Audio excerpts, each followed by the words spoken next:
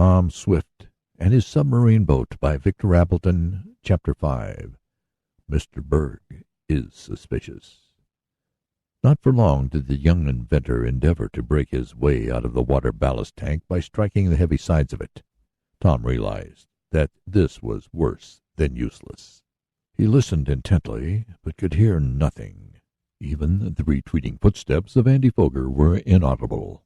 "This certainly is a pickle," exclaimed Tom aloud. "I can't understand how we ever got here. He must have traced us after we went to Shopton in the airship the last time. Then he sneaked in here. Probably he saw me enter. But how could he know enough to work the worm gear and close the door? Andy has had some experience with machinery, though, and one of the vaults in the bank where his father is a director closed just like this tank. That's very likely how he learned about it. But I've got to do something else besides thinking of that sneak Andy. I've got to get out of here. Let's see if I can work the gear from inside." Before he started, almost, Tom knew that it would be impossible. The tank was made to close from the interior of the submarine, and the heavy door, built to withstand the pressure of tons of water, could not be forced except by the proper means. "No use trying that," concluded the lad after a tiring attempt to force back the sliding door with his hands. "I've got to call for help." He shouted until the vibrations in the confined space made his ears ring, and the mere exertion of raising his voice to the highest pitch made his heart beat quickly. Yet there came no response. He hardly expected that there would be any, for with his father and Mr. Sharp away, the engineer absent on an errand, and Mrs. Baggert in the house some distance off, there was no one to hear his calls for help, even if they had been capable of penetrating further than the extent of the shed where the underwater craft had been constructed. "I've got to wait until some of them come out here," thought Tom. "They'll be sure to release me and make a search. Then it will be easy enough to call to them and tell them where I am once they are inside the shed." But he paused, for a horrible fear came over him. Suppose they should come too late? The tank was airtight. There was enough air in it to last for some time, but sooner or later it would no longer support life.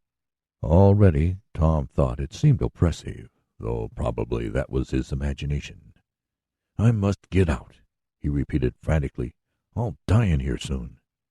Again he tried to shove back the steel door. Then he repeated his cries until he was weary. No one answered him. He fancied once he could hear footsteps in the shed, and thought perhaps it was Andy come back to gloat over him.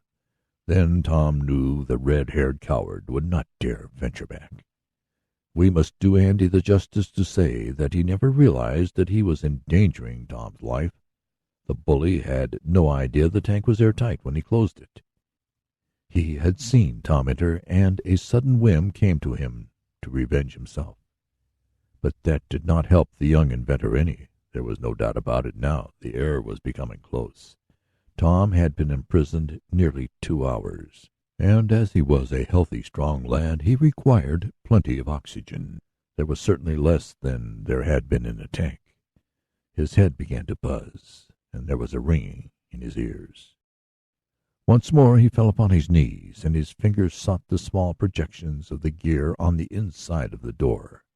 He could no more budge the mechanism than a child could open a burglar-proof vault. "It's no use," he moaned, and he sprawled at full length on the floor of the tank, for there the air was purer. As he did, his fingers touched something. He started as they closed around the handle of a big monkey wrench. It was one he had brought into the place with him. Imbued with new hope, he struck a match and lighted his lantern, which he had allowed to go out as it burned up too much of the oxygen. By the gleam of it, he looked to see if there were any bolts or nuts he could loosen with the wrench in order to slide the door back. It needed but a glance to show him the futility of this. "It's no go," he murmured, and he let the wrench fall to the floor. There was a ringing, clanging sound, and as it smote his ears, Tom sprang up with an exclamation.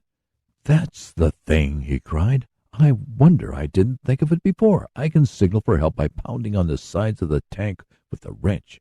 The blows will carry a good deal farther than my voice would. Everyone knows how far the noise of a boiler shop, with hammers falling on steel plates, can be heard, much farther than can a human voice." Tom began a lusty tattoo on the metal sides of the tank. At first he merely rattled out blow after blow, and then, as another thought came to him, he adopted a certain plan. Some time previous, when he and Mr. Sharp had planned their trip in the air, the two had adopted a code of signals. It was difficult in a high wind to shout from one end of the airship to the other. The young inventor would sometimes pound on the pipe which ran from the pilot house of the Red Cloud to the engine room. By a combination of numbers, simple messages could be conveyed. The code included a call for help. 47 was the number, but there had never been any occasion to use it. Tom remembered this now. At once he ceased his indiscriminate hammering and began to beat out regularly. 1, 2, 3, 4, then a pause, and 7 blows would be given. Over and over again he rang out this number, 47, the call for help. "If Mr. Sharp only comes back he will hear that, even in the house," thought poor Tom. "Maybe Garrett or Mrs. Baggert will hear it too, but they won't know what it means. They'll think I'm just working on the submarine." It seemed several hours to Tom that he pounded out that cry for aid, but, as he afterward learned, it was only a little over an hour.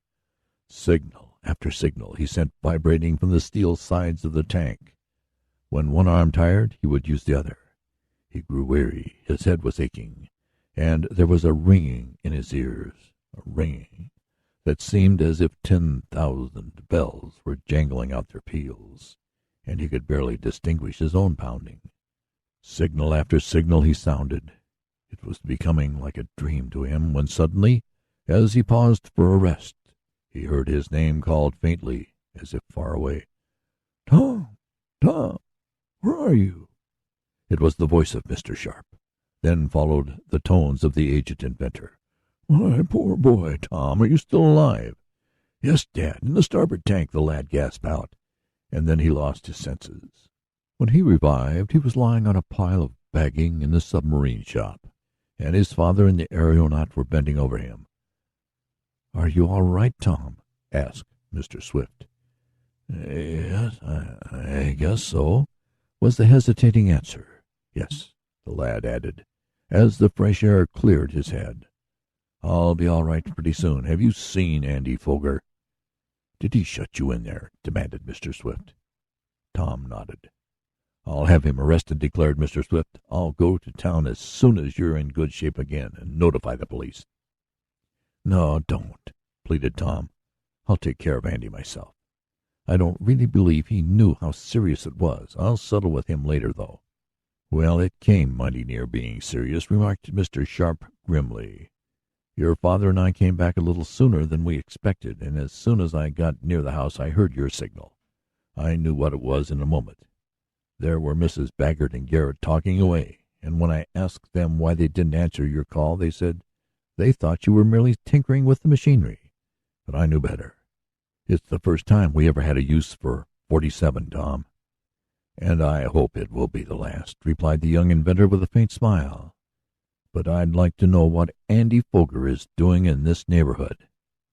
Tom was soon himself again and able to go to the house, where he found Mrs. Baggert brewing a big basin of catnip tea, under the impression that it would in some way be good for him. She could not forgive herself for not having answered his signal. And as for Mr. Jackson, he had started for a doctor as soon as he learned that Tom was shut up in the tank. The services of the medical man were canceled by telephone, as there was no need for him, and the engineer came back to the house. Tom was fully himself the next day and aided his father and Mr. Sharp in putting the finishing touches to the Advance. It was found that some alteration was required in the auxiliary propellers, and this, much to the regret of the young inventor, would necessitate postponing the trial a few days. "But we'll have her in the water next Friday," promised Mr. Swift. "Aren't you superstitious about Friday?" asked the balloonist. "Not a bit of it," replied the aged inventor. "Tom," he added, "I wish you would go in the house and get me the roll of blueprints you'll find on my desk." As the lad neared the cottage he saw standing in front of the place a small automobile, A man had just descended from it, and it needed but a glance to show that he was Mr. Addison Berg. "Good morning, Mr. Swift," greeted Mr. Berg. "I wish to see your father, but as I don't wish to lay myself open to suspicions by entering the shop, perhaps you will ask him to step here." "Certainly," answered the lad, wondering why the agent had returned. Getting the blueprints and asking Mr. Berg to sit down on the porch, Tom delivered the message. "You come back with me, Tom," said his father. "I want you to be a witness to what he says. I'm not going to get into trouble with these people." Mr. Berg came to the point at once. "Mr. Swift," he said, "I wish you would reconsider your determination not to enter the government trials. I'd like to see you compete. So would my firm." "There's no use going over that again," replied the aged inventor. "I have another object in view now than trying for the government prize. What it is I can't say, but it may develop in time. If we are successful—" And he looked at his son, smiling the while. Mr. Berg tried to argue, but it was of no avail. Then he changed his manner and said, "Well, since you won't, I suppose I'll go back and report to my firm. Have you anything special to do this morning?" he went on to Tom. "Well, I can always find something to keep me busy," replied the lad. "But as for anything special—" "I thought perhaps you'd like to go for a trip in my auto," interrupted Mr. Berg. "I had asked a young man who is stopping at the same hotel where I am to accompany me, but he has unexpectedly left, and I don't like to go alone. His name was—let me see, I have a wretched memory for names, but it was something like Roger or Moger." "Foger!" cried Tom. "Was it Andy Foger?" "Yes, that was it." "Why, do you know him?" asked Mr. Berg in some surprise. "I should say so," replied Tom. "He was the cause of what might have resulted in something serious for me." And the lad explained about being imprisoned in the tank. "You don't tell me!" cried Mr. Berg. "I had no idea he was that kind of a lad. You see, his father is one of the directors of the firm by whom I am employed, and he came from home to spend a few weeks at the seaside and stopped at the same hotel that I did. He went off yesterday afternoon and I haven't seen him since, though he promised to go for a ride with me. He must have come over here and entered your shop unobserved. I remember now. He asked me where the submarine was being built that was going to compete with our firms, and I told him.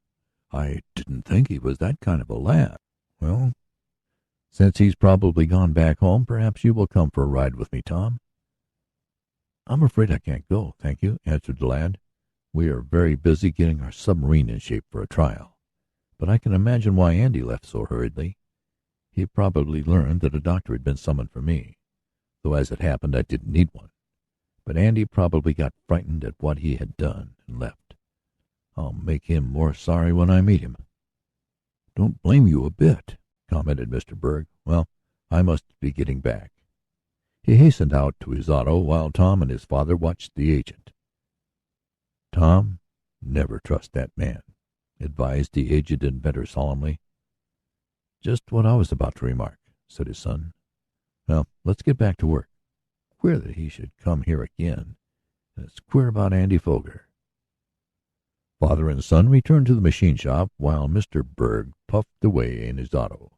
A little later, Tom, having occasion to go to a building near the boundary line of the cottage property which his father had hired for the season, saw through the hedge that bordered it an automobile standing in the road. A second glance showed him that it was Mr. Berg's machine. Something had gone wrong with it, and the agent had alighted to make an adjustment. The young inventor was close to the man, though the latter was unaware of his presence. "Hang it all," Tom heard Mr. Berg exclaim to himself. "I wonder what they can be up to. They won't enter the government contests, and they won't say why. I believe they're up to some game, and I've got to find out what it is. I wonder if I could use this Foger chap. He seems to have it in for this Tom Swift," Mr. Berg went on, still talking to himself, though not so low that Tom could not hear him. "I think I'll try it. I'll get Andy Foger to sneak around and find out what the game is. He'll do it, I know." By this time the auto was in working order again, and the agent took his seat and started off. So that's how matters lie, eh? thought Tom. Well, Mr. Berg, we'll be doubly on the lookout for you after this. As for Andy Foger, I think I'll make him wish he'd never locked me in that tank. So you expect to find out our game, eh, Mr. Berg? Well, when you do know it, I think it will astonish you. I only hope you don't learn what it is until we get at that sunken treasure, though. But, alas for Tom's hopes, Mr. Berg did learn of the object of the treasure-seekers and sought to defeat them, as we shall learn as our story proceeds. End of chapter.